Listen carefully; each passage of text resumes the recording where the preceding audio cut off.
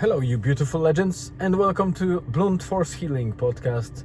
This is episode number 535, and we are at the end or evening of day 3 in Gran Canaria, or on Gran Canaria.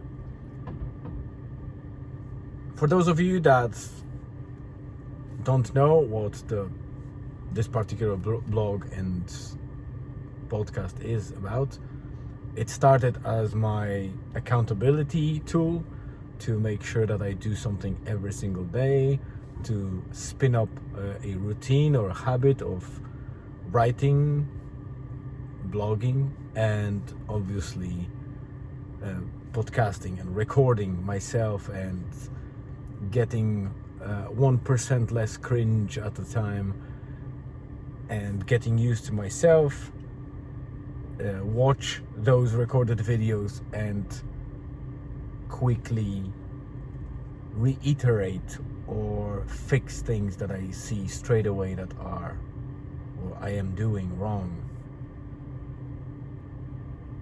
It's a very powerful tool, I must say. I already got way more confident and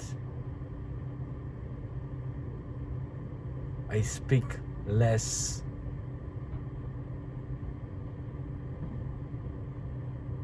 chaotic. I speak less words that are not needed, so it's more concise, and I think before I say something. And most of the podcast episodes so far were unedited, so they were just recorded on the go.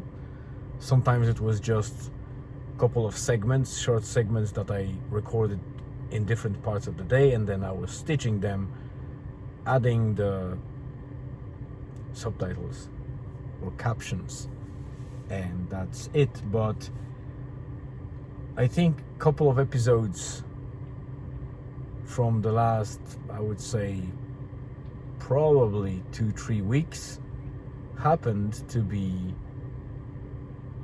edited a little bit, because I thought, okay, my podcast is meant to be genuine, so I will not be cutting mistakes that I do, or bloopers, or things like that, things that could make me feel ashamed or something like that. But I realized that sometimes I might say something too much in a way, not that I revealed more than I wanted, because I have nothing to hide really, but I talked too much and diverged from the topic and made the podcast episode too long and probably too boring. So I decided to cut specific section off to make it more pleasing for you as a listener and not getting bored by some diversions and side topics that might have been a rant or something that I just caught myself doing when I started watching video back after the recording. And also, if I have too long of a thought or thinking before I say something, I think it happened maybe once or twice where there were longer pauses, 2 or 3 pauses, where I just basically shrunk it, cutting the silence off. But other than that, you're getting me as is. I'm not hiding anything. I try to talk a lot about whatever happens in life and whatever difficulties I have. And if the day is rough and hard mentally, you will hear that and you will read about that. If it's great, you will also hear and read about it. And as it happens in life, if it's dull, you will also hear it or read about it. So today is the 3rd day, but my update, although it's a journal and daily updates happen, because we landed on Gran Canaria, it's obviously packed with stuff, what we see, what we experience, what I want to write about, what I want to record. It is impossible to update you guys on the same day with everything that happened that day and describe all the feelings and my thoughts about it. So what I did, I started breaking down from the start or the very beginning of departure to a smaller chunks that I can fit within a daily update.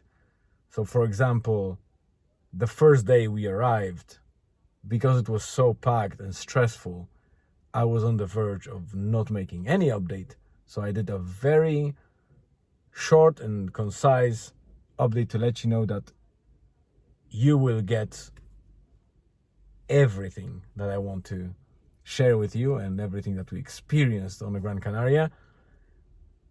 But I need sleep and I need to relax mentally and deliver that in chunks. And yesterday, I only touched on the departure side or first half of the day and night, or night and day actually, because we departed from Donegal town, our hometown, at night to get to Dublin in the morning for the morning flight. And obviously there were a lot of unpleasant things happening along the way, which I wrote about and talked about in yesterday's blog and podcast. They are complementary, so they complement each other. So it's better to just go to the blog and start reading, and then there is an embedded video or podcast episode in the blog, so you don't need to go anywhere to YouTube or Spotify. You can just watch it and then keep going and read the rest. So there's always slight difference between what I record and what I write about. So it's always good to consume it together to have the full context, because I might miss something while recording and then I can write about something afterwards if I forgot it. So today it will be the second half of the first day, and I called the episode First Day, and the blog post will be called First Day as well. So first day, or the second half, will be about our first or initial impressions about Gran Canaria in general and Mogan, where we actually are at the moment living for the last 3 days. So yeah, so this is something that obviously will combine with the yesterday's post, and this is just the first day of Gran Canaria. So I think you can imagine the backlog is building up. I still have yesterday to describe and today to describe, and both days have their pros and cons and separate experiences that I want to write about and talk about. So if you're interested to hear that or read about it or both, then obviously I invite you to follow the blog and the podcast to make sure that you get all the updates, because we are here for 8 days, and as you can see, it won't be just 8 episodes or 8 blog posts that will cover that. So just to summarize quickly, I will write in detail in the blog post, but first day after we picked up the car from the rental company and kind of we vented out or deflated all that stress and tension that happened from the departure and all our adventures until that point, we went to the shopping center in the same town where the rental company had their office. We picked a couple of things because my wife needed some supplies, woman stuff, and obviously we were hungry, so we decided to eat in some eatery in that shopping center.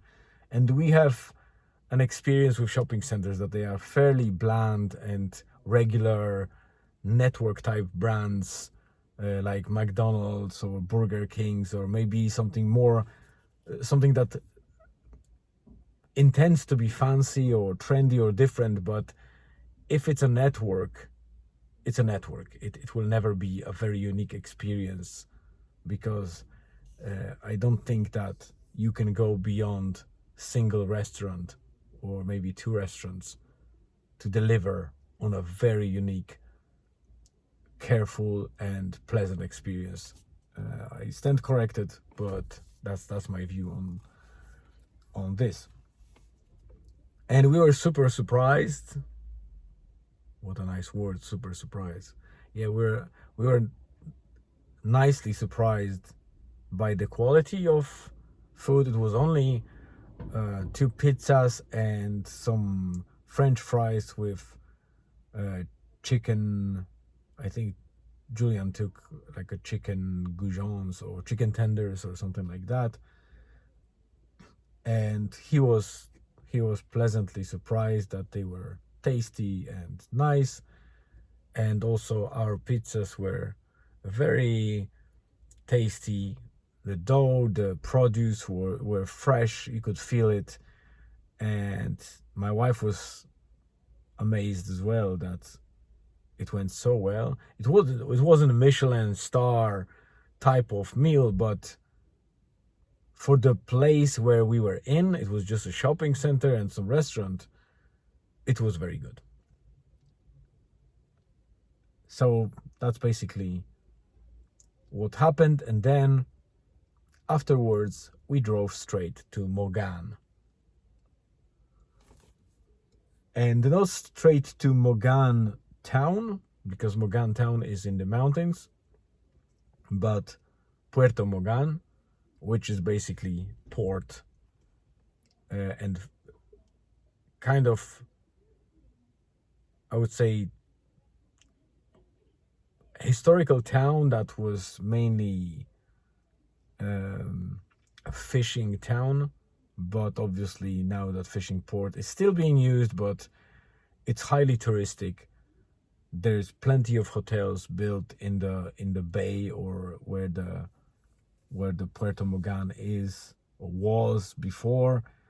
The old Puerto Mogan and the buildings were refreshed and repainted, so they give that nice look with the marina, which is obviously the yachts and the port. So that part looks beautiful, but obviously it's still, straight away that it's made for tourists, and it's less about history. And the rest of Mogan is basically shops, expensive stuff.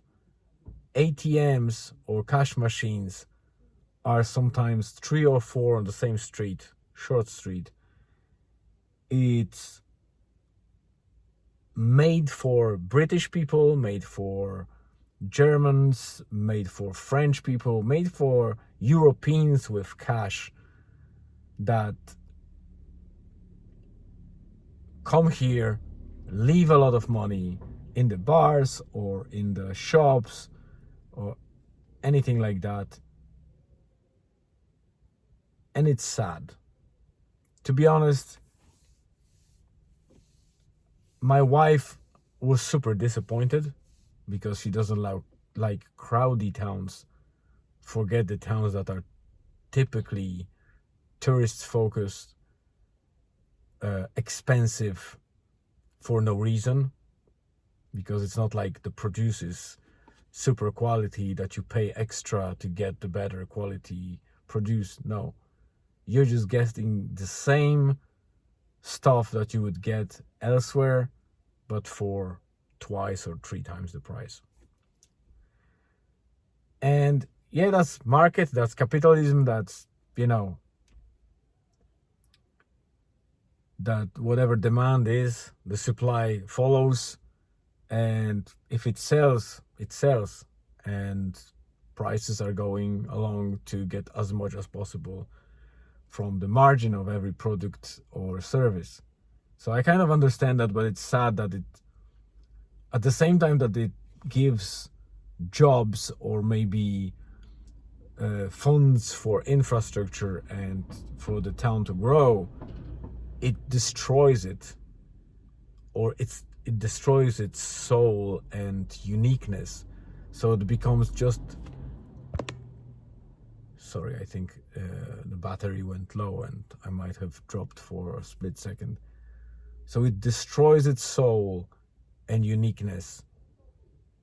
So Mogan, outside of the name, it became just another old Gran Canarian village that only facilitates pretty much tourists, and it's very hard to find any soul in that. Today we were in Mogan village up the mountains, but that's obviously for another episode. I won't be telling you anything about it except that that village is definitely opposite of Puerto de Mogan, or Puerto Mogan, and Playa de Mogan, which is artificial beach, with the golden sand, because golden sand doesn't exist on Gran Canaria except for a very south tip of the island, where West Sahara sand is naturally blown by the wind, and it created dunes and beautiful golden patch of sand, huge area of sand dunes. But other than that, it's a volcanic island, and all the beaches are pretty much black or gray or just pebble beach, rocky beaches. So not very pleasant to the eye. And to make sure that tourists are enjoying stay there, so that the tourists that like golden beaches are also drawn into Gran Canaria, there were a couple of artificial beaches created where the golden sand was